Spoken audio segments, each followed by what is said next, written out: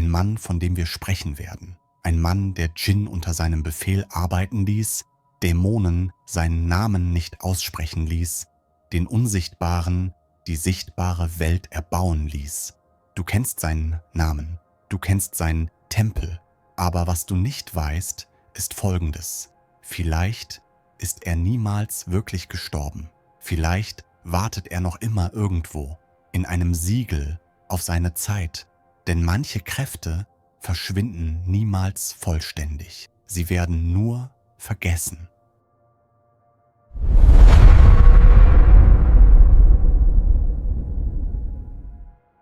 Im 10. Jahrhundert vor unserer Zeit, auf den staubigen, erdigen Straßen, in einem Zeitalter, in dem prächtige Städte entstanden und Imperien aufstiegen, begann der Name Salomo mehr als alle anderen zu erklingen. In der hebräischen Tradition Shlomo, im arabischen Suleiman ibn Dawud, im christlichen Westen Solomon. In jeder Sprache trug er die Bedeutung von Frieden in sich.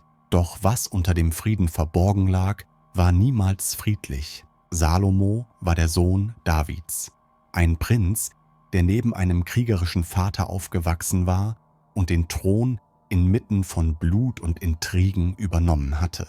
Die Heiligen Schriften beschreiben ihn als gerecht, weise und barmherzig. Doch dieselben Schriften verbergen nicht, dass sein Aufstieg zum Thron mit der Zum-Schweigen-Bringung seiner Rivalen begann. Die Hinrichtung seines Bruders Adonia, die Ermordung des ehemaligen Kommandanten seines Vaters. Diese Krone wird niemals auf saubere Weise aufgesetzt.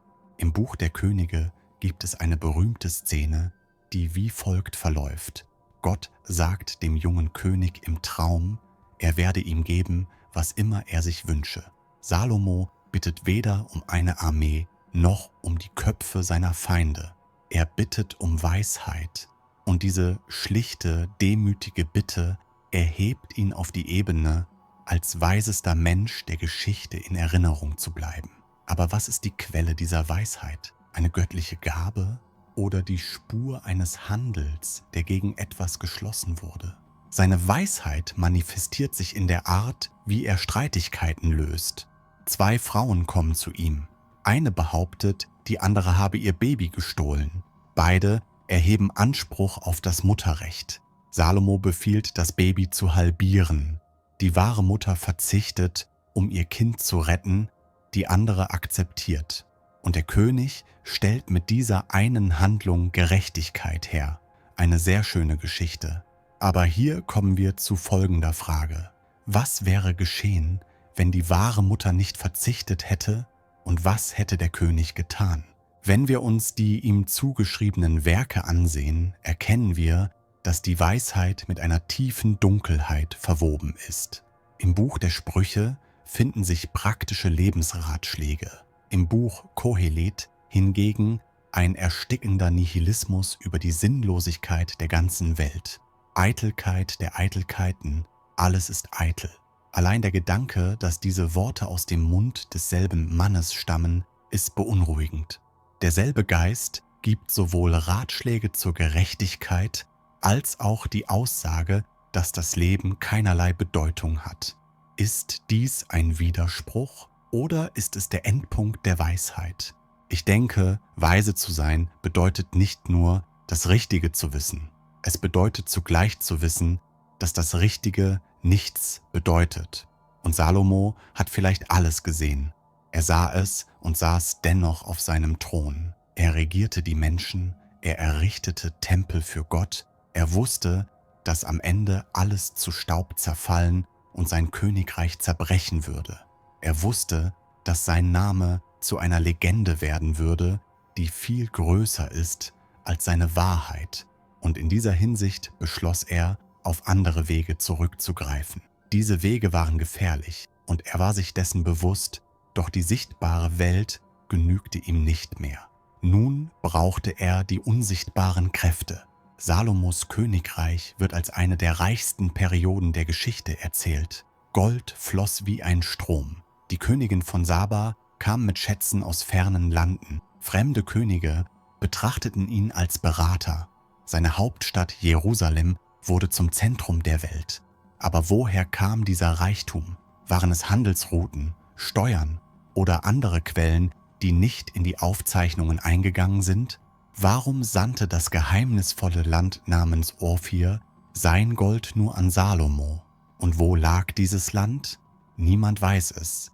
Niemand hat es gefunden, denn alles, was mit Salomo zu tun hat, steht hinter einem Nebelschleier. Es gibt Statuen der ägyptischen Pharaonen. Es gibt Inschriften der babylonischen Könige. Aber von Salomo keine zeitgenössischen Aufzeichnungen, keine archäologischen Beweise, als wäre er absichtlich ausgelöscht worden oder als hätte er nie existiert oder als wären manche Dinge verborgen worden, damit sie nicht gefunden werden. Und vielleicht stehen sie noch immer so da, wartend. Auf dem Moria-Hügel inmitten von Jerusalem erhob sich 7 Jahre lang ein Bauwerk, ein gewaltiges architektonisches Wunderwerk aus Stein, Holz, Gold und Bronze, im Inneren mit Cherubim bedeckt, erleuchtet von reinen, goldenen Leuchtern, ein Ort, an dem Opfergaben dargebracht wurden, deren Rauch zum Himmel aufstieg, der salomonische Tempel, das irdische Haus Jahwes. Aber war er das wirklich? Beim Bau des Tempels arbeiteten Zehntausende von Arbeitern. Zedern wurden aus dem Libanon gebracht und phönizische Meister herbeigerufen. Goldminen wurden genutzt und erschöpft. Aber das wirklich Interessante ist, wie dieser gewaltige Bau so geräuschlos voranschritt. Im Buch der Könige heißt es, während des Baus war kein Hammerschlag zu hören. Die Steine waren im Voraus geschnitten und vor Ort zusammengefügt worden, als ob der Tempel mit einer ganz anderen Ordnung als durch Menschenhand errichtet worden wäre. In der islamischen Tradition wird erzählt, dass die Dschinn diesen Tempel erbauten. Auf Salomos Befehl hin trugen unsichtbare Wesen Steine, errichteten Mauern, fertigten Verzierungen an. In einigen Überlieferungen heißt es sogar, dass die Dschinn nicht bemerkten, als Salomo starb und sein Leichnam, auf seinen Stab gestützt, jahrelang so stehen blieb. Als ein Wurm den Stab zerfraß, stürzte der Körper ein und erst dann verstanden es die Dschinn. Ist das nicht eine zutiefst symbolische Geschichte? Ein Mann, der selbst den Tod kontrollieren und zum Werkzeug machen konnte. Im tiefsten Punkt des Tempels befand sich ein Raum, der das Allerheiligste genannt wurde. Nur einmal im Jahr durfte der Hohepriester hineintreten und in jener Dunkelheit stand die Bundeslade. Darin die Tafeln des Bundes, den die Israeliten mit Gott geschlossen hatten. Die steinernen Tafeln, die Moses vom Berg gebracht hatte. Aber die Lade war nicht nur ein Bund, sie war ein mächtiger Gegenstand. Sie zu berühren, endete mit dem Tod. Wer sie falsch trug, starb augenblicklich. War dies ein heiliges Vermächtnis oder etwas Gefährliches, das unter Kontrolle gehalten wurde? Es heißt, der Tempel sei 586 vor Christus von Nebukadnezar zerstört worden. Die babylonischen Armeen belagerten Jerusalem. Die Stadt fiel.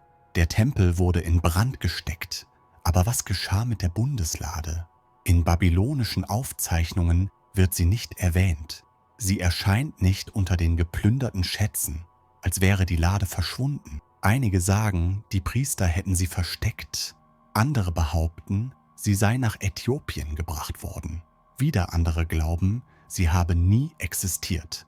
Doch die beunruhigendste Theorie ist folgende. Vielleicht war die Lade etwas, das nicht gefunden werden sollte. Vielleicht wurde sie absichtlich von der Erde entfernt, weil die Macht in ihr unkontrollierbar geworden war. Niemand kennt heute mit Sicherheit den Ort des Tempels. Die verbreitetste Ansicht ist der Tempelberg, auf dem sich der Felsendom befindet. Aber dort zu graben ist unmöglich, denn das Gebiet liegt auf dem heiligen Boden dreier verschiedener Religionen. Für die Juden der Ort des Tempels, für die Muslime der Punkt, an dem die Himmelsreise begann, für die Christen der Ort, an dem Jesus predigte. Ist das Zufall oder ist dieser Ort wirklich eine Tür, eine Schwelle zwischen dem Sichtbaren und dem Unsichtbaren? Und wenn dem so ist, warum öffnete Salomo diese Tür? Erbaute er einen Tempel oder ein Portal, das etwas anderem den Durchgang erlaubte?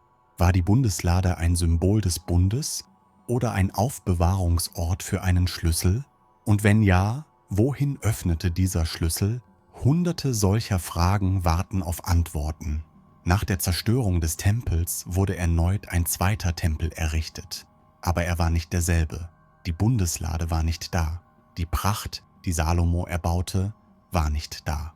Das Allerheiligste war leer. Nur der Grundstein war da. Ein Felsen, von dem man glaubte, er sei der Punkt, an dem die Welt erschaffen wurde. Aber was liegt unter diesem Stein? Niemand hat hingeschaut und niemand wagte es. Denn an manchen Orten hinzusehen, bedeutet, eine Reise anzutreten, von der es keine Rückkehr gibt. Warum erbaute Salomo diesen Tempel? Wollte er Gott eine Gabe darbringen? Oder wollte er seine eigene Macht demonstrieren? Oder vielleicht war es nichts davon. Vielleicht war der Tempel ein Verbindungspunkt zwischen den Unsichtbaren und den Sichtbaren. Und Salomo ging als der Mann in die Geschichte ein, der diese Brücke errichtete. Aber waren es nur Engel, die die Brücke überquerten?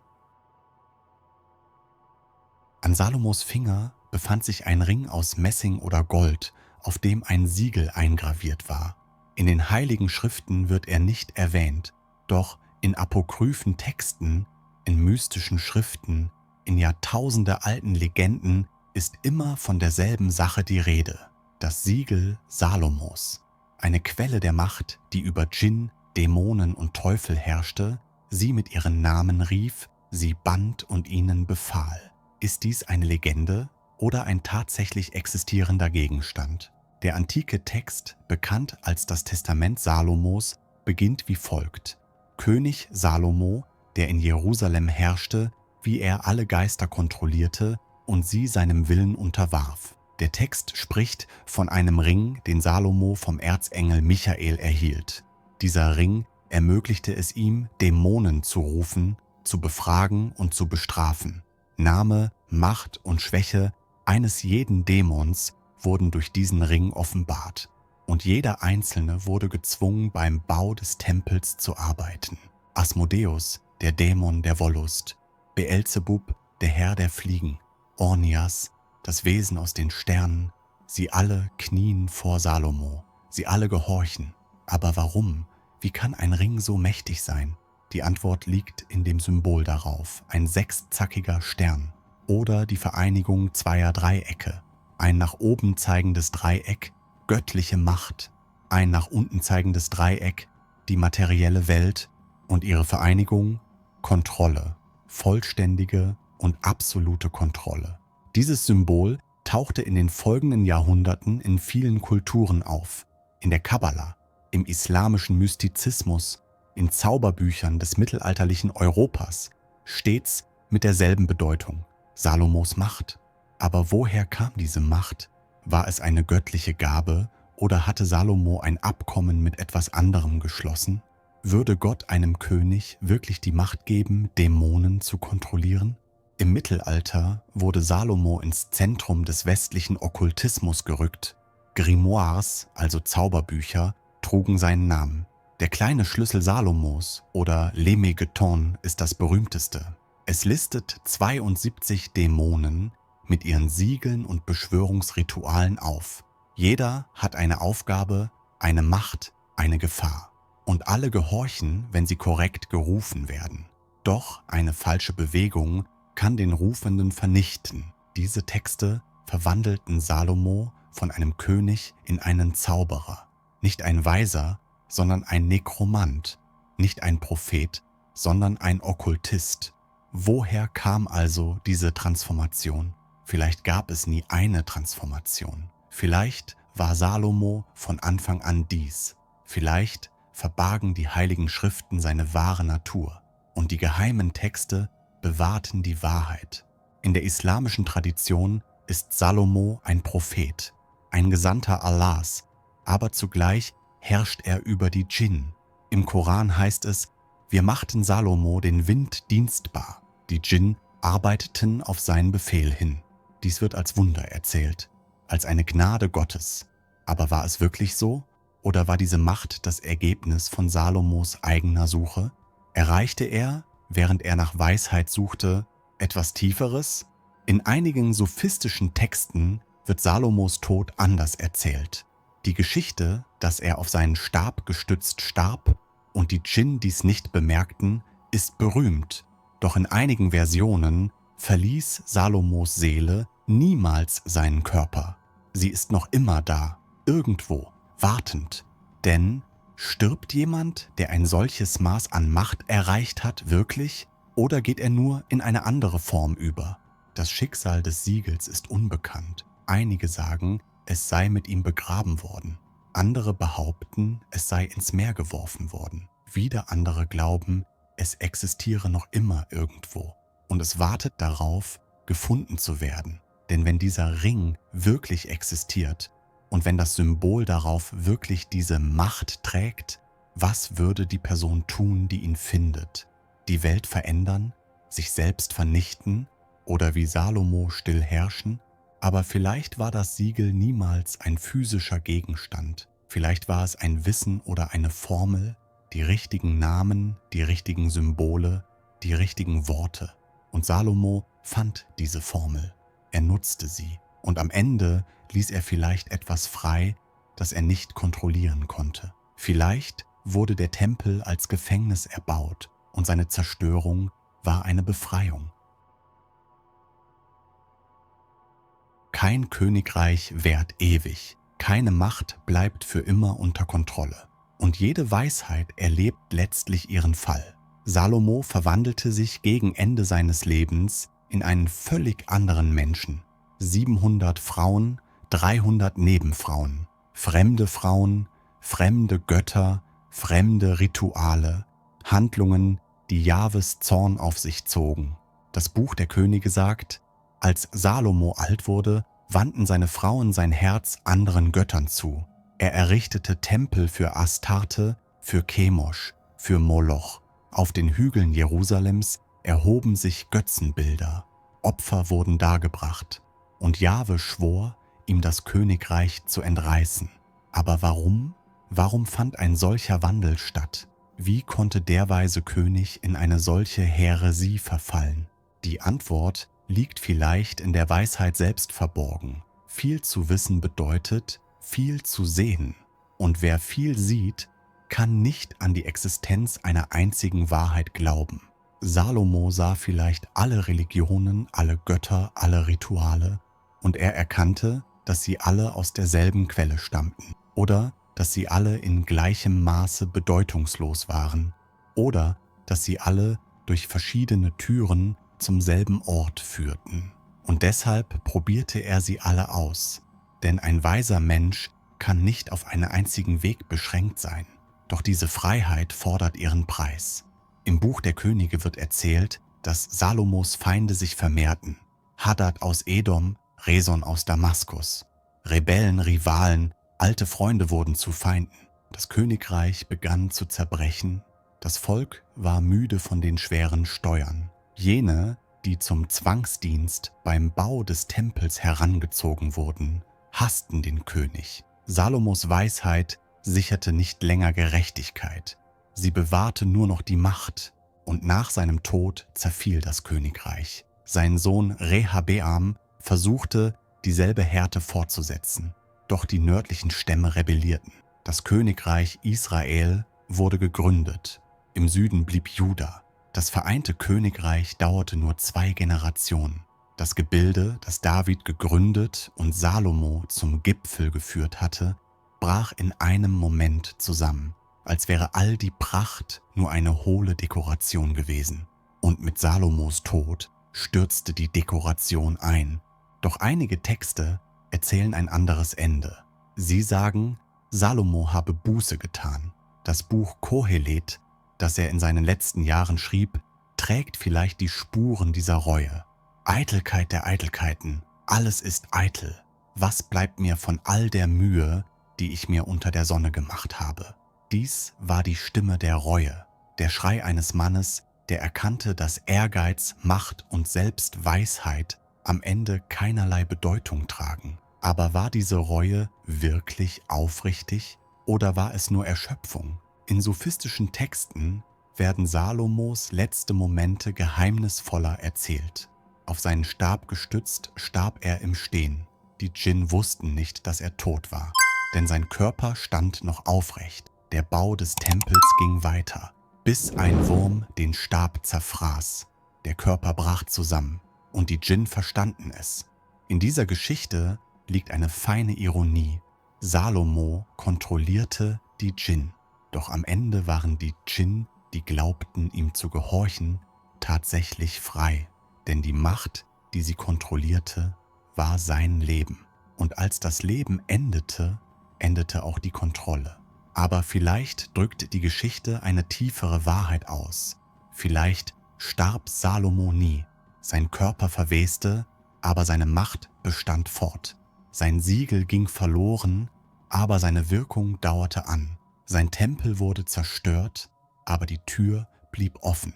Und vielleicht haben selbst jetzt irgendwo jene alten Abkommen noch Gültigkeit, denn manche Verbindungen enden nicht mit dem Tod. Auch Salomos Grab ist unbekannt. Es heißt, er sei im Tal der Könige begraben worden. Doch es gibt keine archäologischen Funde, keinen Grabstein, keine Inschrift, als wäre er absichtlich ausgelöscht worden oder als hätte er nie existiert. Oder vielleicht eine Warnung für jene, die sein Grab finden wollen. Manche Dinge sollten begraben bleiben, denn wenn sie ans Tageslicht kommen, endet die Stille, die sie hinterlassen haben. Und niemand will wissen, was unter der Stille liegt. Salomo starb und sein Königreich zerfiel. Sein Tempel wurde zerstört. Sein Siegel ging verloren, aber seine Geschichte endete niemals. Denn manche Namen sind an einem viel größeren Ort eingraviert als auf den Seiten der Geschichte, im kollektiven Gedächtnis, in den Tiefen der Glaubensrichtungen. Und von dort hallen sie durch die Generationen. Salomo ist vielleicht deshalb noch immer unter uns, in verschiedenen Formen, mit verschiedenen Bedeutungen, aber stets präsent. In der jüdischen Tradition ist Salomo das Symbol der Weisheit. In den Texten, die in den Synagogen gelesen werden, wird er als gerechter König erwähnt. Sein Tempel steht im Zentrum der jüdischen Identität. Nachdem der zweite Tempel zerstört wurde, erinnern sich die Juden noch immer an Salomos Tempel. Die Klagemauer ist der letzte Überrest der Fundamente aus seiner Zeit. Und jedes Gebet ist eine Sehnsucht nach jener alten Pracht, aber zugleich auch eine Erwartung. Denn in der jüdischen Eschatologie wird, wenn der Messias kommt, der dritte Tempel errichtet werden. Und dieser Tempel wird wiederum auf dem Erbe Salomos gebaut werden. In christlichen Interpretationen ist Salomo sowohl eine positive als auch eine negative Figur. Er erscheint in der Abstammungslinie Jesu. Seine Weisheit wird mit den Lehren Jesu verglichen. Doch zugleich ist sein Fall auch eine Warnung. Macht, Weisheit und Reichtum führen, wenn sie von Gott wegführen ins Verderben. Salomo ist sowohl ein Vorbild als auch eine Mahnung. Und diese doppelte Bedeutung führt dazu, dass er in der Theologie an einem uneindeutigen Ort steht. Im Islam hingegen ist Salomo ein Prophet, ein Gesandter Allahs. Im Koran gibt es ihm gewidmete Verse. Seine Herrschaft über die Djinn, Tiere und Winde wird als Wunder erzählt. Im islamischen Mystizismus jedoch, besonders im Sufismus, gewinnt Salomo eine tiefere Bedeutung. Seine Macht ist nicht nur physisch, sondern spirituell. Sein Siegel ist nicht nur ein Ring, sondern ein Symbol des Wissens. Und dieses Wissen ist ein Verständnis, das den Menschen übersteigt. Im mittelalterlichen Europa wurde Salomo als Zauberer angesehen. Grimoires trugen seinen Namen: Clavicula Salomonis, Lemegeton Ars Notoria. Sie alle erzählten von Salomos Beziehung zu Dämonen, von Methoden, sie zu kontrollieren. Und diese Texte wurden jahrhundertelang verboten, verbrannt, verborgen. Doch sie verschwanden niemals vollständig, denn das Wissen in ihnen war nicht nur eine Fantasie. Vielleicht trug es die Spuren einer wahren Erfahrung. Im modernen Okkultismus bleibt Salomo eine zentrale Figur. In Strömungen wie Hermetik, Kabbala und Telema wird häufig auf ihn Bezug genommen. Sein Siegel wird in modernen Bannkreisen verwendet. Die Namen der Dämonen werden in Ritualen gerufen. Und jedes Mal ist Salomos Geist als unsichtbare Autorität präsent, als eine Macht aus der Vergangenheit. Aber folgen jene, die diese Macht nutzen, wirklich seinen Spuren? Oder bereiten sie ihren eigenen Fall vor? Denn die wichtigste Lehre aus Salomos Geschichte ist vielleicht diese: Macht kann nicht unkontrolliert bleiben. Weisheit kann nicht grenzenlos sein. Und manche Türen sollten nicht geöffnet werden. Salomo öffnete diese Türen. Er sah, er kontrollierte. Aber was geschah am Ende? Sein Königreich zerfiel. Sein Name wurde zur Legende. Sein Siegel ging verloren. Vielleicht ist dies eine Warnung. Vielleicht sollte manches Wissen vergessen werden. Doch die Menschheit hat es nie vergessen. Und sie wird es nie vergessen. Denn was Salomo repräsentiert, ist nicht nur ein historischer König. Es ist die tiefste Sehnsucht des Menschen, alles zu wissen, über alles zu herrschen, das Unsichtbare sichtbar zu machen. Und wenn es einen Preis dafür gibt, es dennoch zu versuchen.